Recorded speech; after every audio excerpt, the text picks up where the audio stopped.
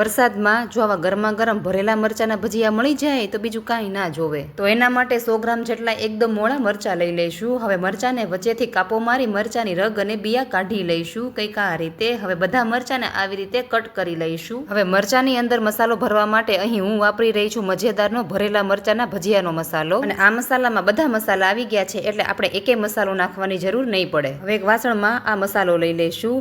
હવે એમાં થોડી આદુ લસણની પેસ્ટ, થોડા ઝીણા સમારેલા ધાણા, થોડો લીંબુનો રસ અને થોડું પાણી નાખી મિક્સ કરી મરચાંમાં ભરવાનો માવો તૈયાર કરી લઈશું કંઈક આ રીતે। હવે આ મસાલાને મરચાંની અંદર દબાવીને ભરી લઈશું કંઈક આ રીતે। એ રીતે બધા મરચાંમાં આ મસાલો ભરી દઈશું। હવે ચણાના લોટનો ઘોલ બનાવવા માટે એક વાસણમાં 1 વાટકો ચણાનો લોટ, થોડું મીઠું, ચપટી હળદર અને થોડું પાણી નાખી મિક્સ કરી થોડું જાડું બેટર બનાવી લઈશું। હવે એમાં થોડો ખાવાનો સોડા અને થોડો લીંબુનો રસ નાખી મિક્સ કરી લઈશું અને હવે આ બેટરને ગ્લાસમાં ભરી લઈશું। હવે કડાઈમાં તળવા માટે તેલ લઈ ગરમ કરી અને ભરેલા મરચાંને આ બેટરમાં સરખાઈથી બોળી અને અધકચરા તળી લઈશું। બધા મરચાંને એ રીતે તળી લઈશું। હવે બધા મરચાંને વચ્ચેથી કટ કરી ફરીથી ગોલ્ડન કલર થાય ત્યાં સુધી તળી લઈશું જેથી અંદરથી કાચા ન રહે। અને તૈયાર છે ભરેલા મરચાંના ભજીયા। માત્ર 10 થી 15 મિનિટમાં બનતા આ ભરેલા મરચાંના ભજીયા એકવાર જરૂરથી ટ્રાય કરજો।